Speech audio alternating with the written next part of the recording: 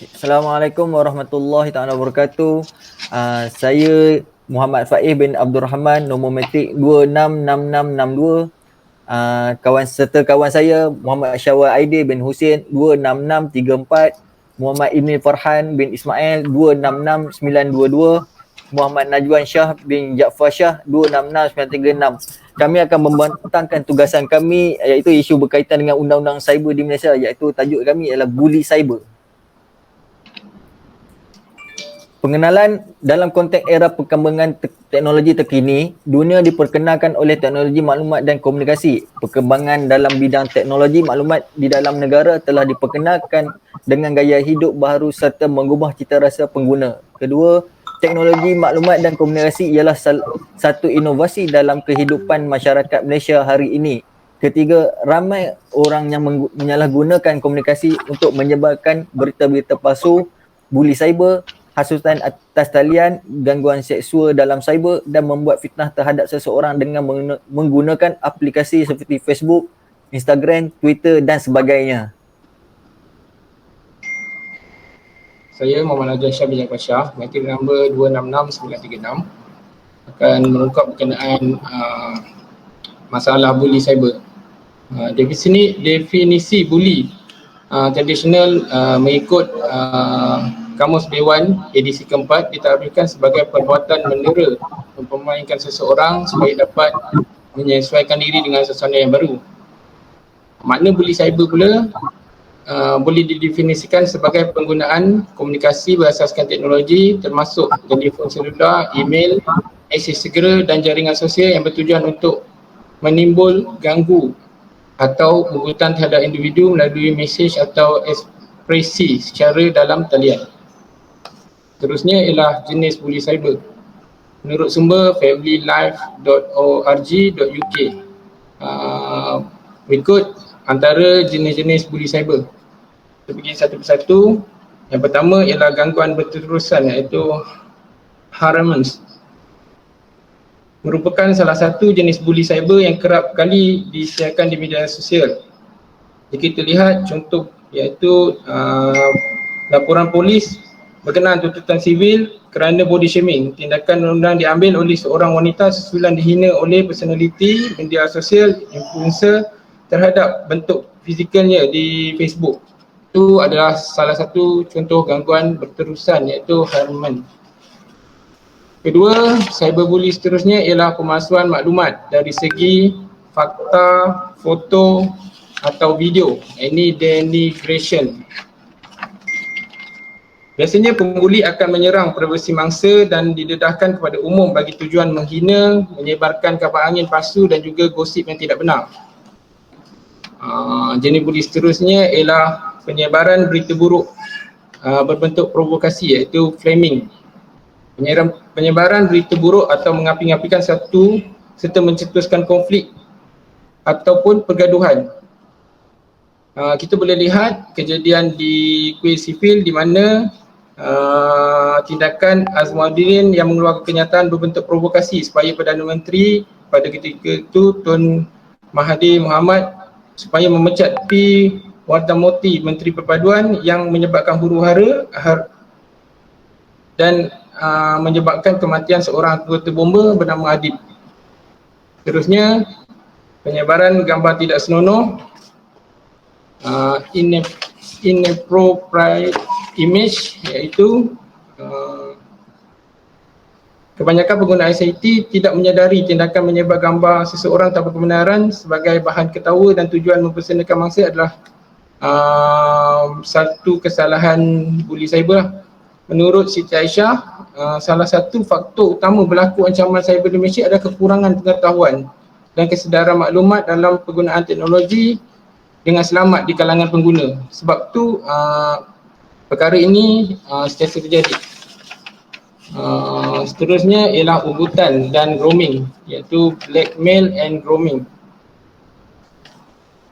Kesalahan cyber jenis ini ialah ia melibatkan eksploitasi ke atas wanita, gadis dan kanak-kanak tanpa sentuhan fizikal daripada pembuli. Mangsa akan dilatih untuk melakukan aksi seksual melalui internet sebagai strategi awal untuk diperangkap. Kali ini kita boleh tengok apa yang dilaporkan oleh Nur Azihan Mat Ghazali, yang mana seorang usahawan kosmetik ditahan untuk siasatan merupakan di atas kesalahan menjadikan mangsa buli jenayahnya, iaitu seorang kanak-kanak oleh pengasas produk kosmetik Safi Elias. Dan yang terakhir, penyamaran pemalsuan akaun media sosial serta kecurian identiti. Impression. Biasanya membuli akan menggondam email atau rangkaian sosial seseorang, menyamar menjadi identiti bangsa dan menggunakan semua maklumat yang ada untuk tujuan memalukan mangsa. Saya teruskan kepada sahabat saya untuk seterusnya. Untuk akta pula, di Malaysia ni kita tidak ada akta yang khusus yang diwartakan oleh kerajaan untuk mengawal aktiviti buli cyber ini.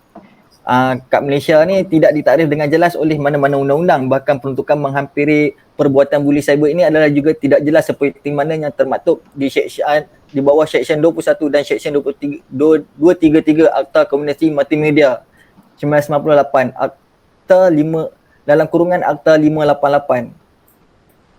Untuk yang Seksyen 211, tiada pemberi perkhidmatan aplikasi kandungan atau orang lain yang menggunakan perkhidmatan aplikasi kandungan boleh memberikan kandungan yang sumbang, lucah, palsu, mengancam atau bersifat jelek dengan niat untuk mengacau, mendera, mengugut atau mengganggu mana-mana orang. Untuk Seksyen 233, seseorang yang dengan menggunakan mana-mana kemudahan rangkaian atau perkhidmatan aplikasi secara sedar, membuat, mewujudkan atau meminta-minta, memulakan penghantaran apa-apa komen, permintaan, cadangan atau komunikasi lain yang lucah, sumbang, palsu, mengancam atau jelek sifatnya dengan niat untuk menyakiti hati, mengenai, mengugut atau mengganggu orang lain. Saya serahkan kepada kawan saya.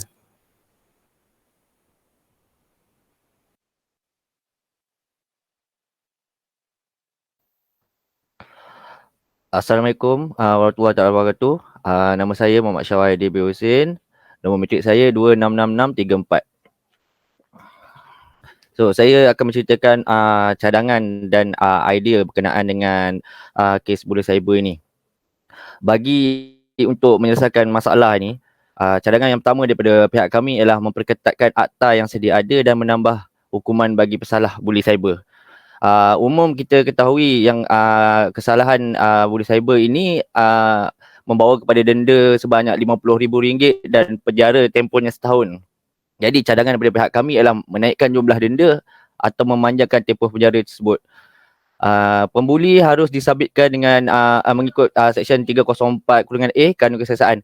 Ini bermaksud orang yang dibuli, dia menerima kesan yang sangat mendalam. Kadang-kadang dia membawa kepada depresi dan mereka memilih jalan terakhir ialah untuk membunuh diri. Jadi kalau kita tengok balik semula, dari mana kejadian bunuh diri itu berlaku, dia bermula daripada seseorang yang membuli. Jadi ingin kita tekankan ialah patutnya kita kenakan dia adalah hukuman membunuh tanpa niat, kerana dia telah membunuh tanpa secara tidak langsung kepada orang yang dibuli itu. Yang ketiga adalah mengenakan hukuman yang berbentuk perkhidmatan kerja-kerja sosial. Ini membawa maksud, cuba kita bayangkan kalau orang yang ditangkap dah terjebak dengan buli cyber ini, kita kenakan hukuman dengan membuat kerja-kerja sosial, kerja-kerja seperti sapu sampah dekat sekitar Bandaraya Kuala Lumpur, Ipoh dan sebagainya. Ia akan membuatkan seseorang yang membuli itu dirasa lebih rendah diri dan akan serik untuk melakukan kesalahan itu. Yang kedua adalah pendedahan tentang Akta Komunikasi dan Multimedia secara menyeluruh kepada pengguna. Kita tengok kalau dekat TV ada cerita pasal fitnah dan berita palsu, tapi jarang kita sekali dengar kita pasal satu amaran ataupun satu bentuk tunjuk ajar oleh pihak kerajaan tentang bully cyber. So dekat sini mungkin ada pengguna yang tak berapa nak tahu tentang akta ni. Kadang-kadang dia rasa macam dia apa yang dia buat tu tak salah pun. Sebabkan dia orang kurang pengetahuan tentang akta dan benda ni. Kedua adalah kempen berbentuk digital. Zaman sekarang, zaman pasca COVID-19 ni, kebanyakan orang menggunakan medium social media dan medium-medium digital. Jadi chances untuk benda ni berlaku cyberbully adalah lebih tinggi. Why not kita gunakan peluang yang ada ini, kita melakukan kempen berbentuk digital. Dan kempen ni haruslah bermula daripada peringkat sekolah rendah yang utamanya. Dalam mereka menggunakan PDPR ini, mereka lebih banyak masa menggunakan internet. Jadi kalau di sini kita terangkan, umpama kita kata biar menutup buluh, biarlah dari rebungnya. Okey, yang ketiga adalah memperkukuhkan kerjasama antara kerajaan dengan syarikat media sosial di Malaysia. Ya, ini membawa maksud macam setiap mana syarikat-syarikat yang menggunakan yang model bisnesnya adalah sosial media seperti Facebook, Twitter, Instagram, TikTok dan sebagainya, mereka harus bekerjasama dengan pihak SKMM dalam memastikan pengguna mereka tidak kekal anonymous. Kerana ada setengah pengguna ingin kekal anonymous dan mereka menggunakan kesempatan yang ada inilah untuk membuli kerana mereka yakin dan mereka kebal mereka tidak diketahui. Jadi syarikat-syarikat ini harus memastikan maklumat yang benar perlu diisi dulu untuk mereka membuka akaun sosial media mereka, supaya just in case ada apa-apa yang berlaku, dia sangat memudahkan pihak kerajaan untuk mengesan pesalah laku ini.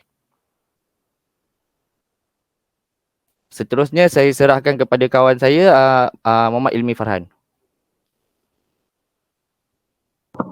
Assalamualaikum warahmatullahi. Saya Muhammad Ilmi Farhan bin Ismail, nombor matrik 266922. Sekarang saya sambung bahagian cadangan. Cadangan yang keempat bagi kami ialah mengadakan pemantauan yang berkesan di alam cyber. Pihak berkuasa perlu membuat pemantauan atau rondaan di alam cyber seperti golongan yang tidak bertanggungjawab ini dapat dikesan bagi pihak berkuasa, terutamanya PDRM, harus mewujudkan sistem atau rondaan bagi pihak berkuasa. Pihak polis dan SKM dan Cyber Security Malaysia harus bekerjasama untuk pemantauan ini. Dan yang kelima, hukuman terhadap kedua belah pihak. Bendung bagi mencegah kes buli cyber semakin menjadi lebih serius di masa akan datang. Wujudkan dan mewujudkan akta undang-undang terhadap individu yang mengundang kesalahan jenayah ini. Kat sini saya nak tekankan contoh yang saya boleh katakan kesalahan terhadap kesalahan rasuah. Seperti kita tahu, pesalah rasuah, penerima dan pemberi akan disiasat. Contoh kat sini akan disiasat kesalahan yang akan diterima hukuman yang diterima bagi kedua belah pihak ni bergantung pada kesalahan yang dilakukan. Lepas tu kita tahu zaman sekarang ni banyak yang orang terlalu nak perhatian. Kadang-kadang ada yang setengah pihak yang sengaja untuk klik isu untuk tarik perhatian. Tapi apabila pihak membuli mereka pun semua di alam cyber, diorang claim yang diorang dibuli. Itu saja dan saya terus sambung kesimpulan. Buli cyber ini adalah masalah dalam masyarakat yang cukup maju kerana memiliki teknologi untuk dengan orang lain secara atas dan tidak mudah diperbaiki. Juga boleh mempengaruhi sesiapa sahaja, tidak kira nama dia maupun dia. Tetapi kita dapat mengatasi tingkah laku yang mengirakan ini di awal usia mereka, mereka tidak mungkin akan memilih untuk melakukannya. Malangnya ini bukanlah mudah meskipun akta komunikasi dan media sudah wujud. Namun ini tetap memerlukan pemantauan dari pelbagai pihak bagi menangani.